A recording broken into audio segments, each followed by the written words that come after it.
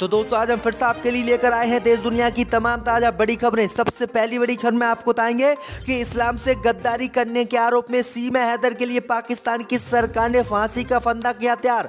भारत से लौटते ही पाकिस्तान में सीमा हैदर को दी जाएगी फांसी की सजा।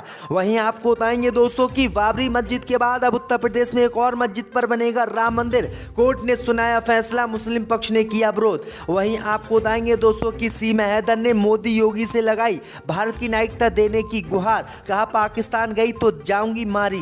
वहीं आपको बताएंगे दोस्तों कि आतंकी खालिस्तानी पन्नू ने अमेरिका से अमित शाह को दी जान से मारने की धमकी, मोदी सरकार की बड़ी चिंता। वहीं आपको बताएंगे दोस्तों कि सीमा हैदर के बाद नेपाल सीमा से चीनी नागरिक ने की भारत में घुसपैठ, जासूसी के आरोप में बॉर्डर पर बीएसएफ के जवानों ने किया गिरफ्तार। वहीं आपको बताएंगे दोस्तों कि उत्तर प्रदेश में Bhim army chief Chandrashekhar Ravan RLD के टिकट पर लड़ेंगे लोकसभा चुनाव। वहीं आपको बताएंगे दोस्तों कि लोकसभा में मोदी सरकार ने दी जानकारी, कहा देश में मुसलमानों की आबादी है 20 करोड़। तो दोस्तों सभी खबरों को आपको एक एक कर बताने वाले हैं, वीडियो को लाइक कर चैनल को सब्सक्राइब कर दें। इसी बीच पर तो दोस्तों अगली खबर की ओर, तो पाकिस्तान में सीमा हैदर के लिए फांसी का फंदा हुआ तैयार। भारत से लौटते ही पाकिस्तान में सीमा हैदर को दी जाएगी फांसी। जब दोस्तों आपको बता दें कि पाकिस्तानी महिला सीमा हैदर को अब भारत की एजेंसियां पाकिस्तान वापस भेजने की तैयारी कर रही हैं। इस बीच पाकिस्तान से खबर सामने आई है कि पाकिस्तान पहुंचते ही सीमा हैदर को फांसी की सजा दी जाएगी। दरअसल आपको बता दें कि पाकिस्तान में ईसा निंदा करने के आरोप में सीमा हैदर को फांसी की सजा दी जाएगी। दरअसल आपको बता दें कि पाकिस्तान की सरकार ने सीमा हैदर पर 3 गुना करने का आरोप लगाया है। सबसे पहला गुना करने का यह आरोप है कि सीमा हैदर पाकिस्तान छोड़कर भारत भागी और भारत में अवैध रूप से रही। दूसरा गुना उसने ये किया है कि उसने इस्लाम धर्म छोड़कर हिंदू धर्म अपनाया। और तीसरा गुनाह उसने ये किया है कि उसने हिंदू लड़के से शादी की और पाकिस्तान के लिए गलत बातें कही। इसी से नाराज होकर पाकिस्तान की सरकार अब सीमा हैदर को मौत की सजा सुनाएगी। तो ये बड़ी अपडेट आ रही दोस्तों कि भारत से जाते ही सीमा हैदर को जो है मौत की सजा सुनाई जाएगी, यानी फांसी सीमा हैदर को दी जाएगी। इसी बीच पर तो दोस्तों अगली खबर की ओर, तो बाबरी मस्जिद के बाद अब उत्तर प्रदेश में एक और मस्जिद पर बनेगा राम मंदिर, कोर्ट ने दिया आदेश। जब दोस्तों आपको बता दें कि बाबरी मस्जिद के बाद अब उत्तर प्रदेश की एक और मस्जिद को तोड़कर राम मंदिर बनाने की तैयारी चल रही है और कोर्ट ने ऐसा ही आदेश दिया है। दरअसल आपको बता दें कि बाबरी मस्जिद की जहां पर जांच करने का आदेश कोर्ट ने सुनाया था, उसके बाद बाबरी मस्जिद को तोड़कर राम मंदिर बनाया गया। उसी तरह से अब ज्ञानवापी मस्जिद में भी वाराणसी के कोर्ट ने ज्ञानवापी मस्जिद के जांच के आदेश दिए हैं और उम्मीद जताई जा रही कि जांच के बाद इसको भी तोड़कर मंदिर बनाने के आदेश दिए जाएंगे। दरअसल आपको बता दें कि ज्ञानवापी मस्जिद मामले में वाराणसी कोर्ट ने आज बड़ा फैसला सुनाया है। कोर्ट ने मस्जिद परिसर के एएसआई सर्वे की इजाजत दी है। मुस्लिम पक्ष ने सर्वे कराने का विरोध किया है। कोर्ट के फैसले के अनुसार विवादित क्षेत्रों को छोड़कर पूरे परिसर का सर्वे होगा। इस मामले में हिंदू पक्ष की नुमाइंदगी कर रहे वकील विष्णु शंकर जैन ने कहा कि मुझे बताया गया है कि मेरी एप्लीकेशन मंजूर कर ली गई है और अदालत ने बजू टैंक को छोड़कर जिसे सील कर दिया गया है, ज्ञानवापी मस्जिद परिसर का एएसआई सर्वे कराने का निर्देश दिया है। तो ये बड़ी अपडेट आई दोस्तों कि मुस्लिम पक्ष ने इसका विरोध किया, लेकिन विरोध के बावजूद भी कोर्ट ने उन्हें इस तरह की कार्रवाई करने के निर्देश दिए हैं। इसी बीच पर तो दोस्तों अगली खबर की ओर, तो सीमा हैदर ने मोदी और योगी के सामने फैलाए हाथ, कहा पाकिस्तान गई तो जाऊंगी मारी। जब दोस्तों आपको बता दें कि पाकिस्तान से भारत आई सीमा हैदर मामले में अब एक के बाद एक नया मोड़ आ रहा है। शुक्रवार सुबह से ही सीमा के घर के बाहर मीडिया कर्मियों का जमावड़ा लगा हुआ है। सब सीमा से यही जानना चाहते हैं कि एटीएस ने उसने क्या क्या पूछा, क्या सीमा सब कुछ सच बोले या उसके बयानों में कोई विरोधाभास है। अगर सीमा को वापस भेज दिया जाएगा तो उसके साथ क्या होगा। वहीं आपको बता दें कि सीमा हैदर पाकिस्तान वापस जाना नहीं चाहती है। उसने उत्तर प्रदेश के मुख्यमंत्री और प्रधानमंत्री मोदी से नागरिकता देने की गुहार लगाई है। सीमा हैदर ने कहा कि प्रधानमंत्री मोदी और योगी आदित्यनाथ उसे भारत की नागरिकता दें और उससे पाकिस्तान ना भेजें, लेकिन मोदी सरकार उसकी बात ना सुनते हुए उसे पाकिस्तान रिपोर्ट करने की तैयारी कर रही है। इसी बीच पर तो दोस्तों अगली खबर की ओर, तो खालिस्तानी आतंकी ने अमित शाह की हत्या हत्या करने की दी धमकी, मोदी सरकार में मचा हड़कंप।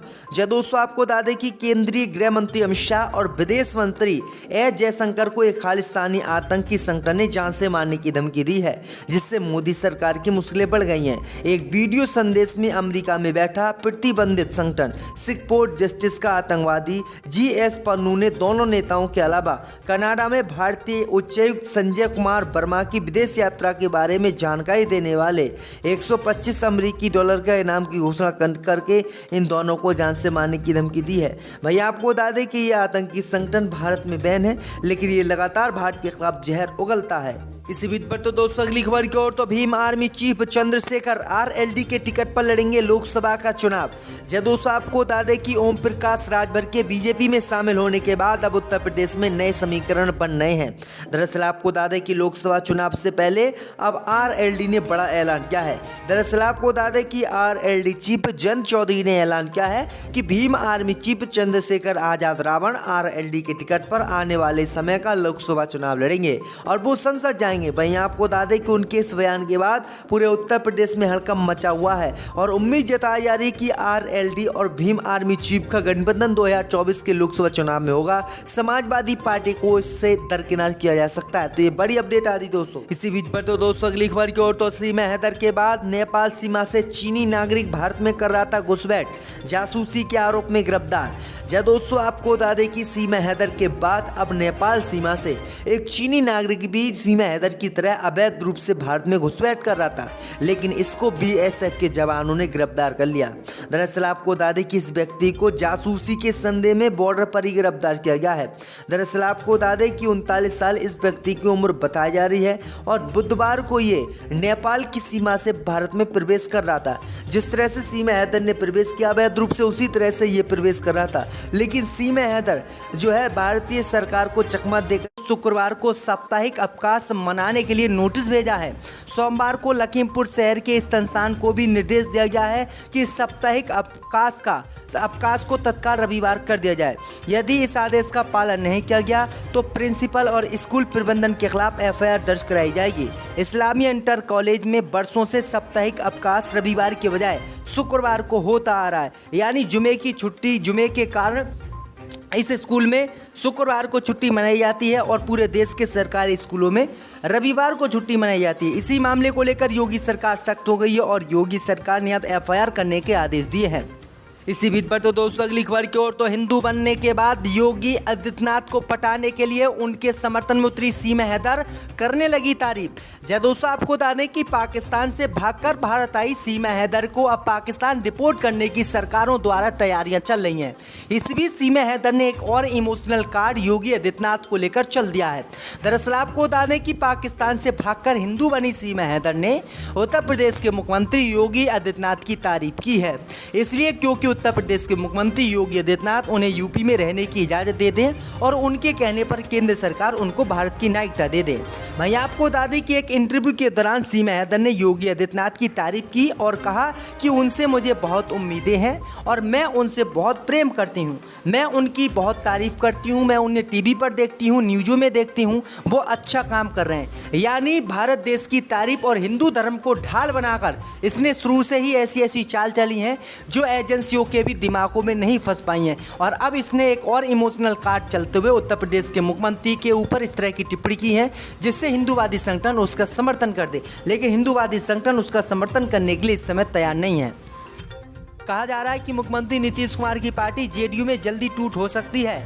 यदि ऐसा हुआ तो मानकर चलिए कि नीतीश का सियासी करियर तेजी से खात्मे की ओर बढ़ने लगेगा। शायद हालात की गंभीरता को देखते हुए नीतीश कुमार अचानक पार्टी के विधायकों और सांसदों से एक एक करके मुलाकात कर रहे हैं। वहीं बीजेपी नेताओं का दावा है कि जेडीयू में जल्दी टूट होने वाली है। उन्होंने कहा है कि बीजेपी जेडीयू के विधायकों को तोड़कर बिहार में अपनी सरकार बनाएगी और बिहार में जो नीतीश और तेजस्वी यादव की सरकार है वो खत्म हो जाएगी। इसी बीच पर तो दोस्तों अगली खबर की ओर तो यूनिफॉर्म सिविल कोड पर बोले मौलाना अरशद मदनी, शरीयत में फेरबदल बिल्कुल मुमकिन नहीं। जी दोस्तों, आपको बता दें देश में यूनिफॉर्म सिविल कोड को लेकर बहस जारी है। इसी मामले को लेकर जामियात उलमाए हिंद के अध्यक्ष मौलाना अरशद मदनी ने कहा कि उनका संगठन यूनिफॉर्म सिविल कोड का खुलकर विरोध करेगा और किसी भी कीमत पर इसको देश में लागू नहीं होने देगा। उन्होंने कहा कि उनका संगठन अपनी एक राय बनाकर लॉ कमीशन को भेज रहा है। हमने उनसे कहा है कि इस मुद्दे को लेकर बैठक कर बात की जानी चाहिए, जहां सभी धर्मों के लोगों को बुलाकर बातचीत होनी चाहिए। मौलाना ने कहा कि यूनिफॉर्म सिविल कोड शरीयत के खिलाफ है और हम इसे कतई मंजूर नहीं करने वाले हैं। मुसलमान सब कुछ बर्दाश्त कर सकता है लेकिन अपनी शरीयत से समझौता नहीं कर सकता। इसी बीच पर तो दोस्तों अगली खबर की ओर तो योगी के खिलाफ कोर्ट जाने वाले परवेज की जमानत रद्द कराने के लिए सुप्रीम कोर्ट जाएगी योगी सरकार।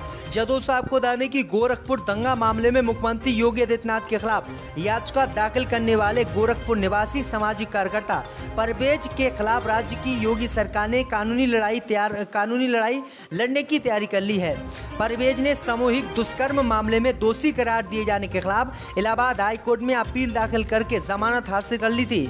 इसे खारिज कराने के लिए सरकारी वकीलों के पैनल ने कमर कस ली है। इलाहाबाद हाई कोर्ट ने 2007 के गोरखपुर दंगा मामले में सुप्रीम कोर्ट की ओर से पटाक्षेप